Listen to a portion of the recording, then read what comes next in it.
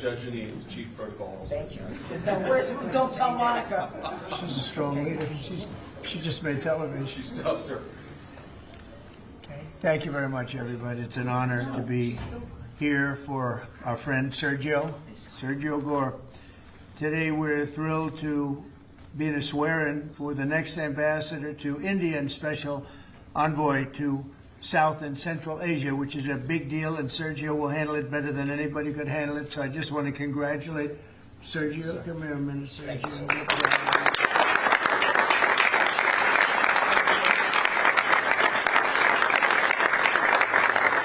we are honored to be joined this afternoon by our great Vice President, J.D. Vance. Thank you, J.D. Secretary of State Marco Rubio. Thank you, Marco. Secretary Scott Bessent is doing a great job. Attorney General Pam Bondi. And U.S. Attorney Jeanine Pirro.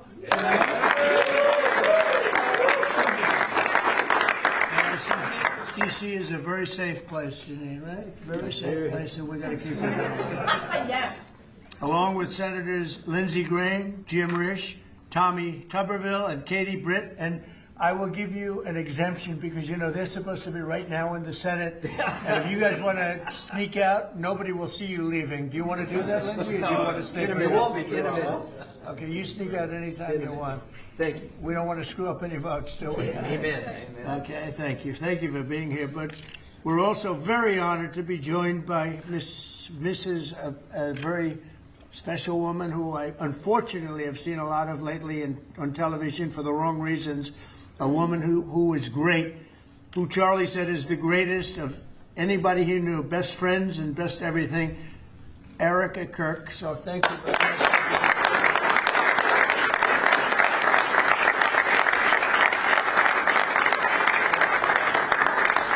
And as Erica knows, another special woman, Laura Ingraham. Where's Laura? She's here someplace. Thank you, Laura. And many other true American patriots, great people.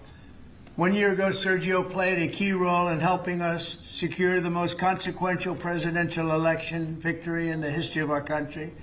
And from the day we won, he immediately began working to staff our new administration with the most talented team of any president. And we have had a great team. A couple of mistakes there, Sergio, but we won't mention that. They're gone. We got rid of them pretty quick.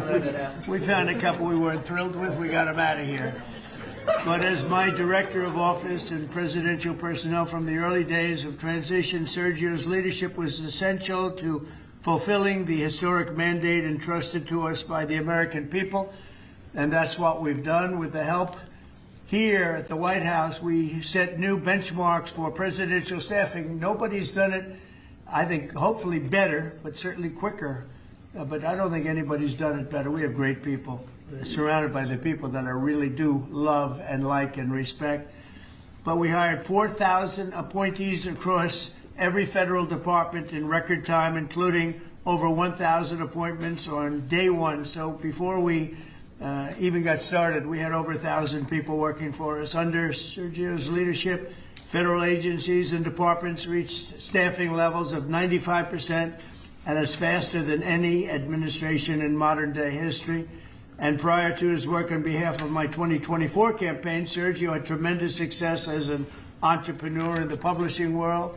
He even published my book, which went to #1. I was very happy because if it didn't, he wouldn't be here.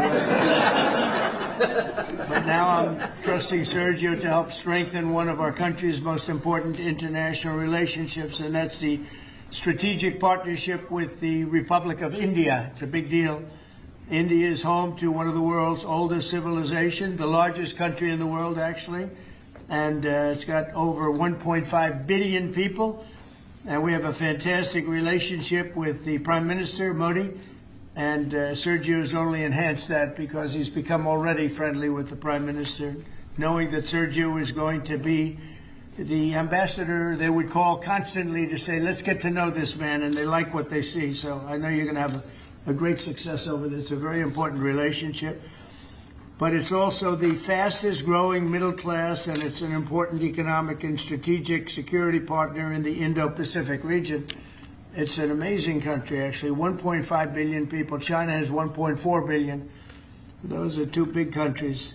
As ambassador, Sergio will work to fortify our country's bond, promote investments in key U.S. industries and technologies, increase American energy exports, and expand our security cooperation. And, you know, we're making a deal with India, a much different deal than we had in the past. So right now they don't love me, but they'll love us again. We're getting a fair deal, just a fair trade deal. We had pretty unfair trade deals. They're very good negotiators, Sergio, so you have to take a look at that, if you would, please. But we're getting close, Scott. I think we're pretty close to doing a deal that's good for everybody, right? In the old days, do you think Biden would ask that question? I don't think so. He'd say, how are we doing with India? He didn't know about India. He didn't know a damn thing. But that's okay. We had him. Likewise, in Sergio's role as special envoy to South and Central Asia, he'll be a key emissary to a very important group of nations at the crossroads between East and West.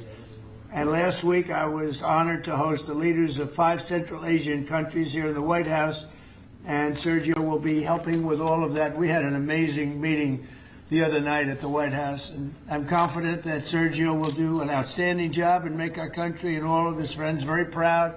But I'm very proud of Sergio. I've known him for a long time, and he's a great guy. And most people love him. Some people don't like him so much. I'll be honest with you, Sergio. Some people, when they don't like Sergio, they don't like him. But when they like him more than anybody. But most of them really are the like category. And I just want to say that I think he's going to be an outstanding representative for the United States of America. And it's a big deal. Being the ambassador to India is a big deal. So, Sergio, congratulations. I know you're going to do a fantastic job. Thank you.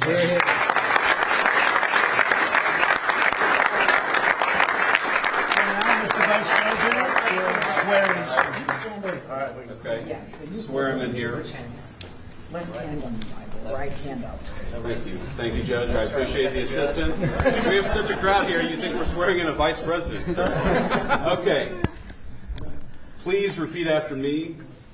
I, Sergio Gore, I, Sergio Gore, do solemnly swear do solemnly swear that I will support and defend the Constitution of the United States that I will support and defend the Constitution of the United States against all enemies, foreign and domestic, against all enemies, foreign and domestic, that I will bear true faith and allegiance to the same, that I will bear true faith and allegiance to the same, that I take this obligation freely, that I take this obligation freely, without any mental reservation without any mental reservation or purpose of evasion, or purpose of evasion, and that I will well and faithfully and that I will well and faithfully discharge the duties discharge the duties of the office on which I am about to enter. of the office of which I'm about to enter. So help you God. So help me God. Congratulations, Mr. President.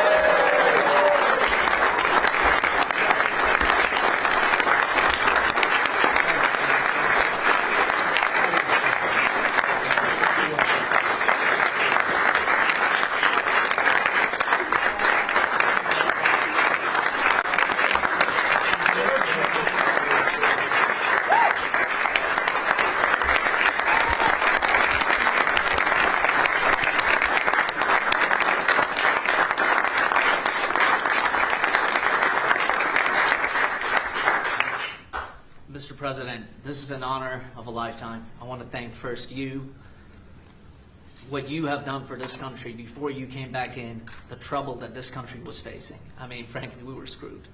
What you have achieved in 10 months has been historic, has surpassed any other presidency, and I fully believe what you will achieve in the next 3 years will never be beaten. So it has been an honor to serve you. I've been at your side for many years. I will continue to be there. And it's just an incredible honor. And I look forward to enhancing the relationship between our two nations. But again, thank you for entrusting me with this position. And I look forward to doing a great job for you. Thank you very much, Sergio.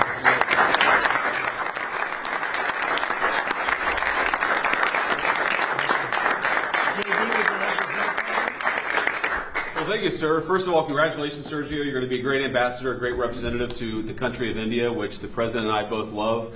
As a lot of you know, Sergio was a critical piece of what made the first 10 months such a great success. Obviously, the president's leadership is the most important thing, but you can't do a whole lot unless you've got good people around you. And Sergio did as much as anybody to ensure that the White House was staffed with the very best people, people who were loyal to the president, loyal to the country, and loyal to the agenda that we're trying to implement. So thank you all for being here. I think it's a great testament to you, Sergio, that you got multiple cabinet secretaries, Erica Kirk, the President of the United States. This crowd will not turn out for just anybody, but it turned out for Sergio Gore. You're going to do a hell of a job, man. Congratulations.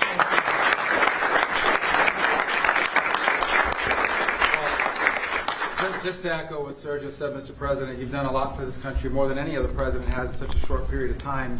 And part of that is putting together a phenomenal team. And I know Sergio was instrumental in helping you achieve that. And so we think he'll do a great job. This is a very impressive collection of people. There are almost 1.5 billion people in the Oval Office right now.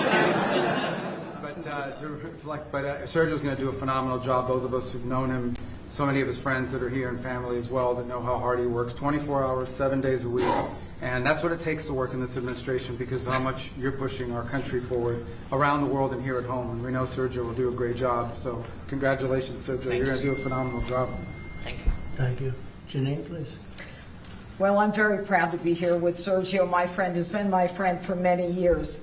He is someone who is loyal, he is trustworthy, and he works as hard as anyone I know. And Mr. President, there is in this room a group of people who love you, who believe in you, and who are so proud to be in this Oval Office and to be part of this amazing day, because you have changed the course of America.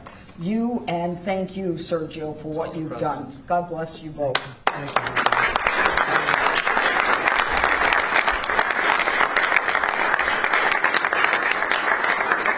He was also very good friends with a guy named Charlie. We just knew him as Charlie, and his wife, who we love so much, is here with us. And maybe you know how close they were together. Maybe, Erica, you could say a couple of words, please. Honor to, sir.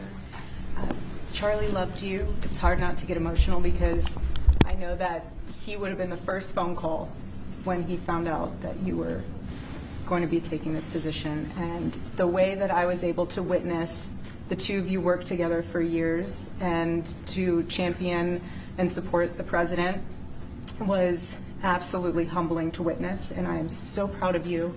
And Charlie is going to be with you every single day in spirit. And I will be praying for you every day because I know that this is just the beginning of an incredible opportunity for you. And sir, thank you for allowing Sergio to have this beautiful moment. Thank you very much. Thank you, Charlie. And that man's watching over us right now, right? Okay. Any questions? You mentioned senators that are here, Mr. President. Do you personally approve of the deal that's happening right now on Capitol Hill to end the government Well, it depends shutdown? what deal we're talking about. But if it's a deal I heard about, that's certainly, you know, they want to change the deal a little bit. But I would say so. I think based on everything I'm hearing, they haven't changed anything. And we have support from enough Democrats.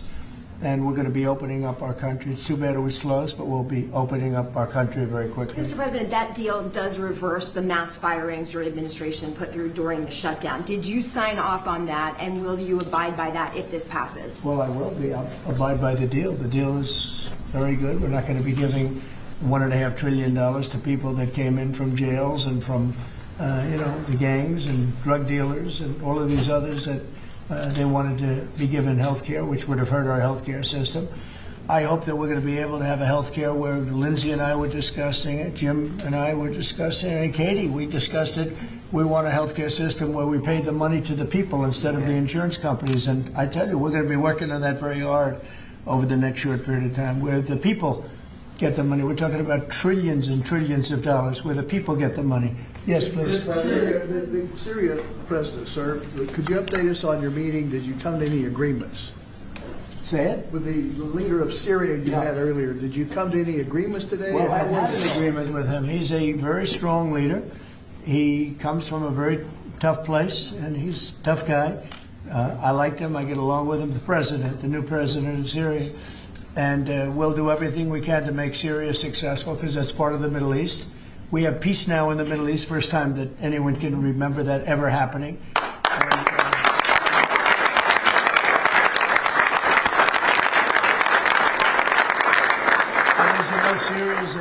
very big part of the Middle East, very important part. If you look back at Syria, for years they had the doctors, the lawyers, they had so many of the great intellects. It's an amazing place with great people, and we want to see Syria be successful along with the rest of the Middle East. So I have confidence that he'll be able to do the job, absolutely. How close are you to a deal on a trade deal with India? Are you Right. willing to consider lowering the current tariff rate? Well, right now the tariffs are very high on India because of the Russian oil, and they've stopped doing the Russian oil. It's been reduced very substantially. Yeah, we're going to be bringing the tariffs down. What kind of level are we talking about here? I mean, How at close some are you? point, at some point we're going to be bringing them down. Without tariffs, this country would be in such trouble, as they were for many years. That's why we owe $38 trillion. And one of the things we're going to do, we're going to issue a dividend to our middle income people and lower income people of about $2,000. And we're going to use the remaining tariffs to lower our debt. We're going to be lowering our debt, which is a national security thing. So we're doing a lot of good work. And the numbers were reported so incorrectly.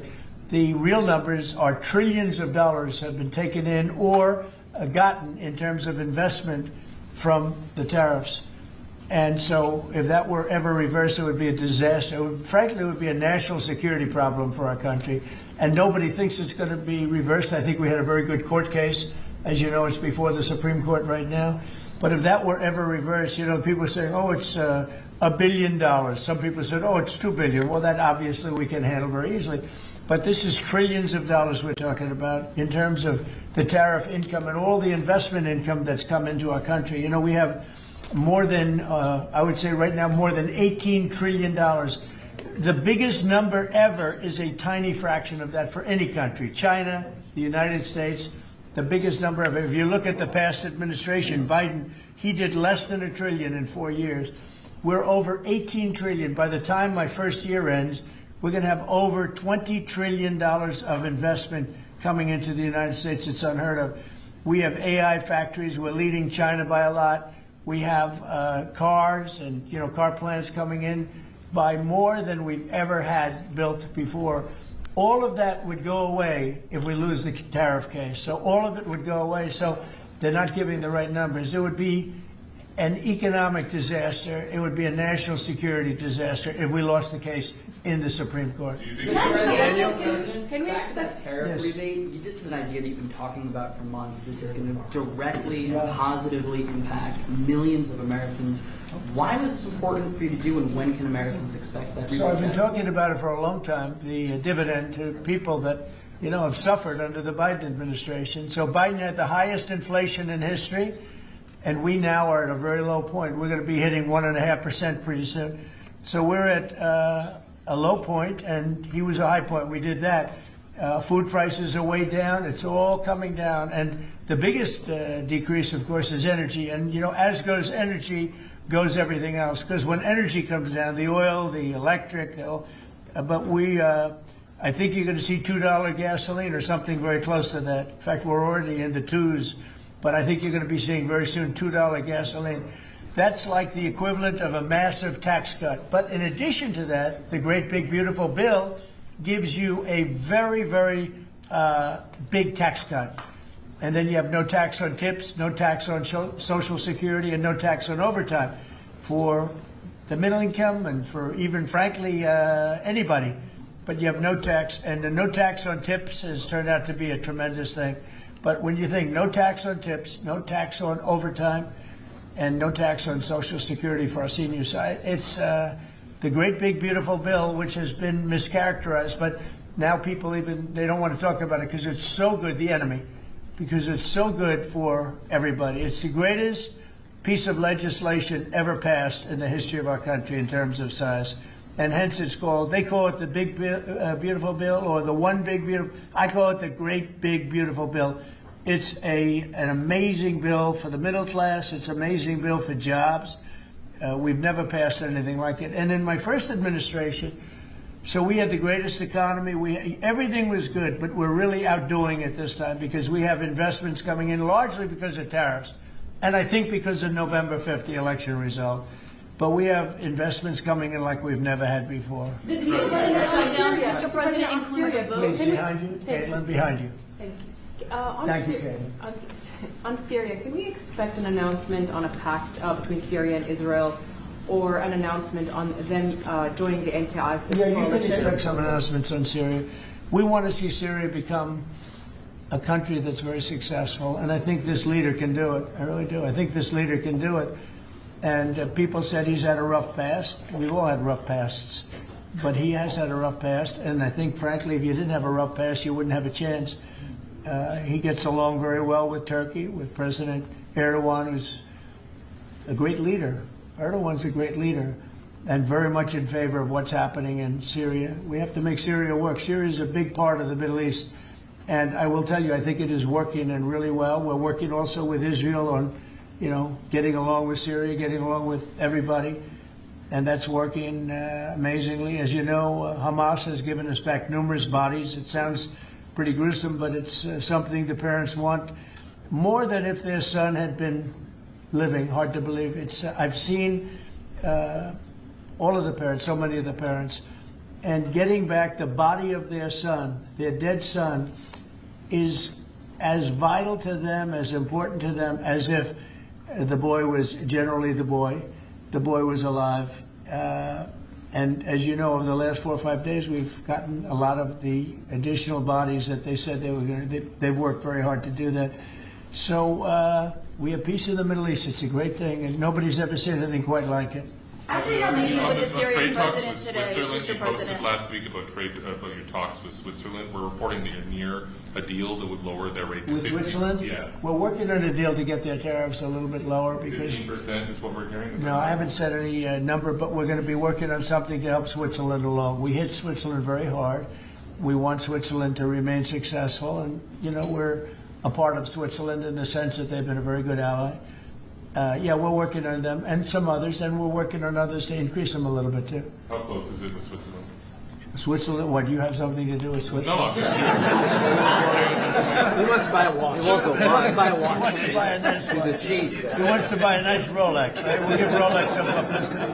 This Rolex has they've been very nice, No, look, it's a beautiful country. It's a small country, but economically very big. So we're working on something. After a Caitlin? meeting with the Syrian president earlier today, Marjorie Taylor Greene, who is a big ally of yours, said that she would rather see you focused on nonstop domestic policy meetings here at the White House instead of nonstop foreign policy meetings.